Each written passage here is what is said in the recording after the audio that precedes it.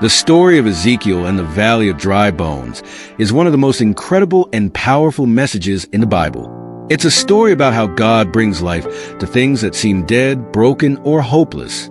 Let's dive deep into this story, and as we do, I hope you feel encouraged by God's love and power.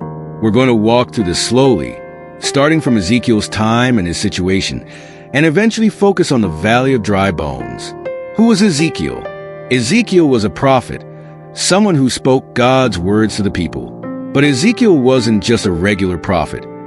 He was chosen by God during a very sad time in Israel's history. The people of Israel had been taken away from their homes by a nation called Babylon. Imagine having to leave your home, your favorite toys, and your family's house because someone much bigger and stronger than you came and took everything away. That's what happened to Ezekiel and the Israelites. They were far from home, and everything seemed terrible.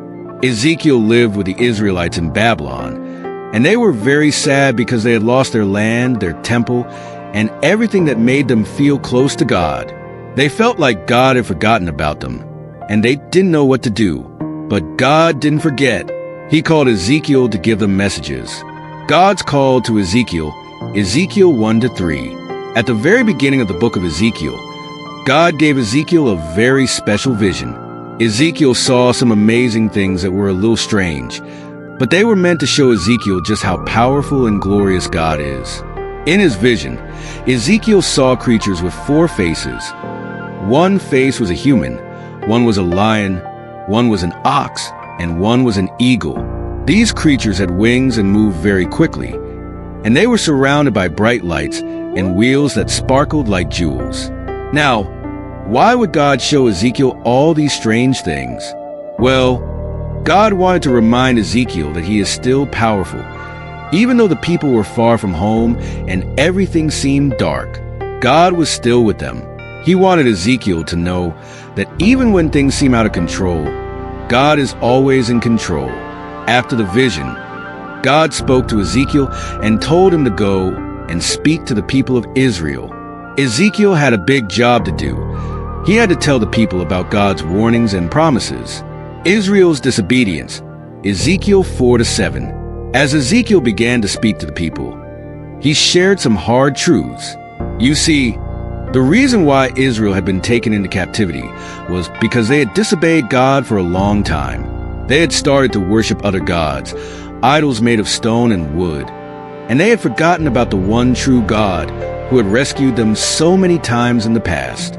God was upset with the people's sin, and Ezekiel had to explain to them that their disobedience was why they were suffering. But even though God was upset, he still loved his people. God wanted them to understand that if they turned back to him, he would forgive them. Ezekiel acted out many of God's warnings in dramatic ways so the people would understand. The vision of the Valley of Dry Bones, Ezekiel 37. Now, let's focus on one of the most important parts of the book of Ezekiel, the vision of the Valley of Dry Bones. This story is found in Ezekiel chapter 37, verses 1-14. One day, God took Ezekiel to a valley. Imagine a big, empty field with nothing but bones scattered everywhere. These bones weren't just regular bones. They were very dry, meaning they had been there a long time. The people they once belonged to were long gone, and there was no life left in them. It was a scene of hopelessness. Then, God asked Ezekiel a question. He said, "Can these bones live?" Now, what would you say if you saw a bunch of dry bones? You'd probably think, no, they're just bones. They can't come back to life. But Ezekiel was smart. He knew that God can do anything. So he said, "Lord, you know." In other words, Ezekiel trusted that if God wanted the bones to live, they could. Next, God told Ezekiel to do something surprising. He told Ezekiel to speak to the bones and tell them to come back to life. Ezekiel obeyed. He spoke God's words to the dry bones. As he was speaking, something amazing started to happen. The bones began to rattle and move, and they started to come together. Bone connected to bone, then muscles and skin grew over them, but they were still not alive. Then God said to Ezekiel, "Speak to the breath," and tell it to enter these bodies. Ezekiel did exactly what God said. As soon as Ezekiel spoke to the breath, it entered the bodies, and they came to life. The valley, which had been filled with dry bones, was now full of living, breathing people, standing up like a mighty army. What does this mean? Now, why did God show Ezekiel this vision? This wasn't just about bones coming to life. It was a picture of what God wanted to do for his people, Israel. Remember, the people of Israel felt like they were hopeless. They had been taken away from their homes. Their city was destroyed, and they felt like God had abandoned them. They were like the dry bones in the valley, dead and without hope. But God was telling them, through Ezekiel, that he could bring them back to life. Even though they were scattered and broken, God could restore them. He promised that one day, he would bring his people back to their land, give them new life, and fill them with his Spirit. This vision wasn't just for the Israelites back then. It's a message for all of us today. Sometimes, we feel like those dry bones. Maybe we feel sad, broken, or like there's no hope. Maybe things in our lives aren't going the way we want, and it feels like everything is falling apart. But just like God brought those dry bones to life, he can bring us back to life. 2. God can restore anything that's broken in our lives, and he can give us hope no matter how hopeless things seem. The power of God's Spirit. One important part of the story is when the breath entered the bodies and brought them to life. This breath represents God's Spirit.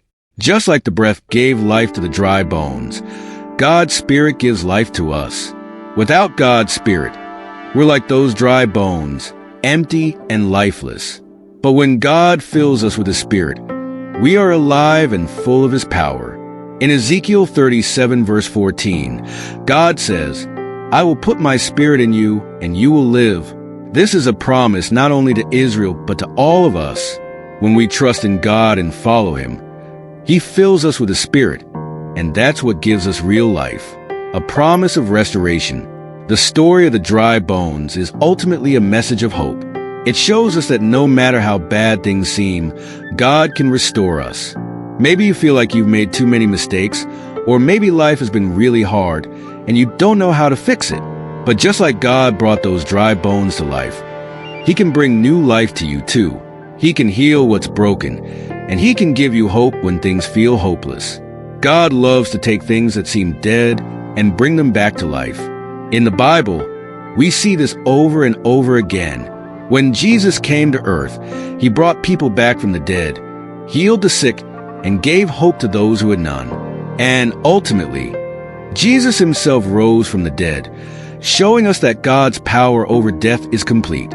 God's faithfulness. Another important lesson we learn from the Valley of Dry Bones is that God is always faithful to his promises. Even though Israel had disobeyed God and was facing the consequences, God didn't give up on them.